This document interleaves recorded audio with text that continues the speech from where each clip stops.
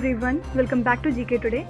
I'm Nuzhat Sana and in this video I'll discuss today's top current and static general studies questions for UPSC Prelims Examination 2022 onwards. And these questions are framed keeping in view both the factual as well as analytical aspects of UPSC Prelims exam. Also, I would like to inform you that these questions are part of GK Today's UPSC Prelims Test Series, which is available in GK Today Android app. And the test series for 2022 Prelims Examination comprises total of 7500 questions, divided 2500 questions on current general studies and 5000 questions on static general studies. And the series has started from May 2021 and it will end with UPSC Prelims Examinations 2022. So if you wish to access all questions of GK Today UPSC Prelims Test Series, you may subscribe the test series in the app. So now without wasting any further time, let's get started. So today this is our 30th lecture and now let's start. Question number 1. What benefits are offered by the sovereign gold bond scheme to investors? Before that we have to understand what is sovereign gold bonds. Actually, sovereign gold bonds are the government bonds that are denominated in gold and issued by the central bank on behalf of government. And this scheme was started in the year 2015 to reduce the demand for physical gold and hence reduce the gold imports.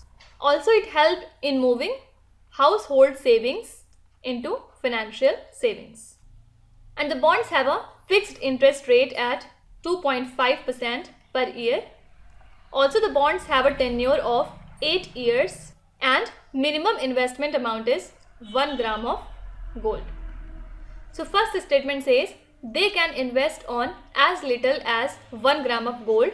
Just I have told you that the minimum investment you can make in this scheme is 1 gram of gold.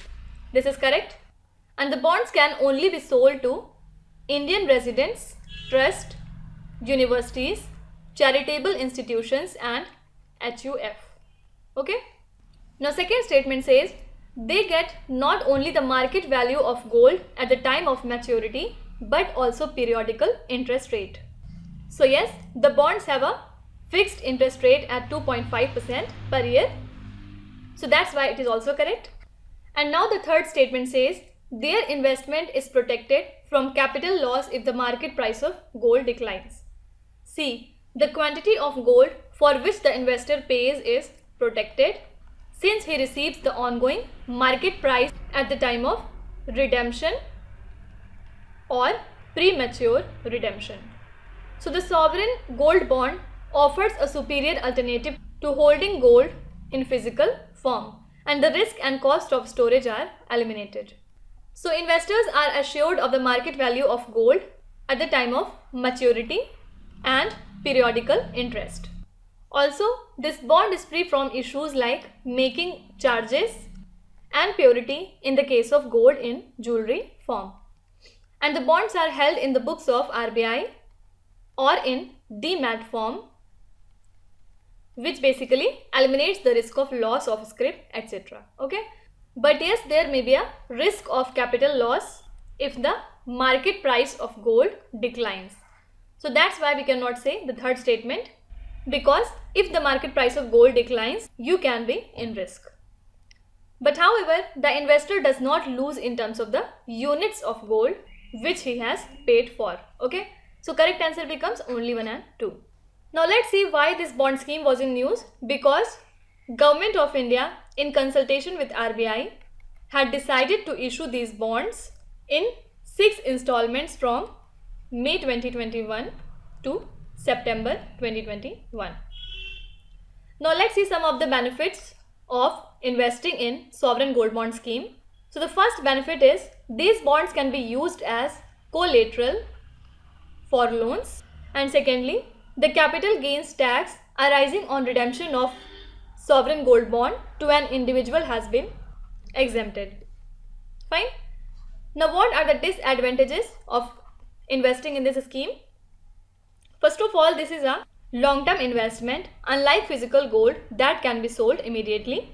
And secondly, these are listed on exchange but the trading volumes are not high, therefore it will be difficult to exit before maturity. Okay. So this is all about sovereign gold bond scheme. Second question is how the infrastructure investment funds are similar to real estate investment trust. First of all, talking about infrastructure investment fund, these are similar to mutual fund for direct investment in infrastructure by individual and institutional investors. And similarly, the real estate investment trust are also like a mutual fund for investment in real estate. So first statement says both of them work like mutual funds. This is correct. Second statement says both of them are open for individuals to invest money. Actually, both only accept applications supported by blocked amount, means an investor's application bearing the authorization of self-certified syndicate bank to block funds in his or her account for subscribing to an issue.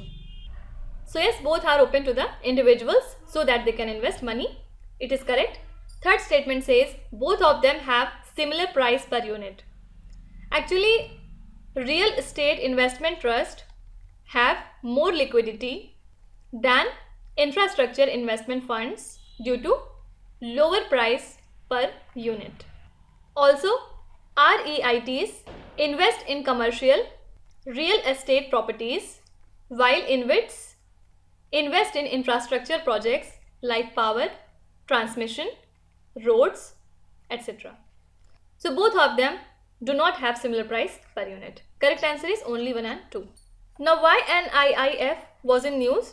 Because the Union Cabinet has given its approval to the proposal for equity infusion by government of 6,000 crore rupees in NIIF debt platform, and this is one of the 12 key measures made by the Union Ministry for Finance as part of Government of India's stimulus to the economy under Atmanirbhar Bharat. And talking about this debt platform, it comprises of first of all AIFL, that is Asim Infrastructure Finance Limited, which was established with the aim of playing a transformative role in growth of Indian infrastructure financing. Then second is IFL, that is Infrastructure Finance Limited. It was incorporated in the year 2014 for financing operating infrastructure projects. Also, NIIF is a government-backed entity established to promote long-term capital to country's infrastructure sector, and the Indian government has 49% stake in it, while the rest held by foreign and domestic investors. So this is basically India's quasi-sovereign wealth fund. And now talking about real estate investment fund, it was in news because recent initial public offerings of India's first real estate investment trust was subscribed 2.5 times with a share sale generating a demand of more than 5,300 crore rupees. So these are basically collective investment vehicles that operate and manage property portfolios and give returns to the investment. Also, SEBI mandated that all real estate investment trust be listed on exchanges and make an initial public offerings to raise money. Okay, so basically there are three types of this trust. First is equity, which purchase, own and manage income generating properties. Second is mortgage, which lend money directly or indirectly to real estate owners. And third is hybrid, which means combination of both equity and mortgage. Okay. Now next question, which of the following geographical features belong to Antarctica? So we have to identify which among the following features belong to Antarctica. First is Weddell Sea. This is actually the crux of the question because the A76 that was in the news in recent times is a free floating iceberg. Actually, it is the largest iceberg in the world in the Weddell Sea near Antarctica. So it formed from the Ronne ice shelf. Also, do not get confused between Weddell and Weddell Sea. Weddell Sea is in Antarctica and the Weddell with single L is in Arctic Ocean. Okay. So yes, this belongs to Antarctica. Second is Lincoln Sea. It is actually one of the largest seas in Arctic Ocean, not in Antarctica. So this is wrong. Third is Ronne Ice Shelf, just I have told you here. So this is also correct. And last is Thwaites Glacier, also known as Doomsday Glacier. This is actually located in the Antarctic continent, and this melting glacier is already contributing to 4% of the global rise in sea level every year. So this is also correct, and right answer becomes 1, 3 and 4. Next question.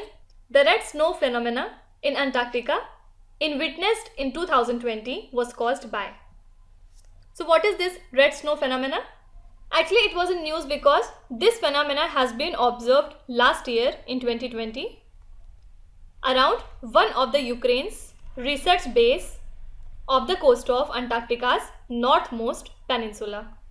Actually, algae contains chlorophyll as well as red carotene layer in their cells, which basically mixes with green color to cause snow to look like raspberry jam. And this layer is also said to protect the algae from UV radiation. Also, these algae changes the snow's albedo, means the amount of light or radiation the snow surface is able to reflect back, and the intensity of redness increases with the dense presence of algae, and the darker rings leads to more absorption of heat by the snow, and subsequently the ice melts faster. And this melting is good for the microbes that need the liquid water to survive and thrive, but it is bad for already melting glaciers. So basically we can say that this red snow phenomena is a process in which algae bloom was witnessed in Antarctica, and this phenomena speeds up the melting of ice. Correct answer is option number B. Now coming to last question. Currently in 2021, we are in which of the following international decades as being observed by United Nations? Actually, the decade 2011 to 2020 was declared by the UN General Assembly as United Nations Decade on Biodiversity to encourage the implementation of strategic plan for biodiversity and achieve biodiversity targets. Okay. Then UN Decade of Ecosystem Restoration is the decade 2021 to 2030, and it was proposed by El Salvador, and it was adopted in the year 2019. Then International Decade of Indigenous Languages is the period from 2022 to 2032. And Nelson Mandela Decade of Peace is the period from 2019 to 2028. And already I have told you the decade on biodiversity is from 2011 to 2020, and this is from 2021 to 2030. So here we are talking about only 2021. So right answer becomes 2 and 3, means option number B. So that's it for today. I hope you have liked the session. If you want to give any review, feedback or suggestion regarding these lectures, you can tell us in the comment section. Definitely we'll try to implement that. And now we'll meet again tomorrow with 5 more new and interesting questions. Till then, stay tuned. Thank you so much for watching. And please do not forget to subscribe to GK Today. With this, me Nuzat Sana signing off.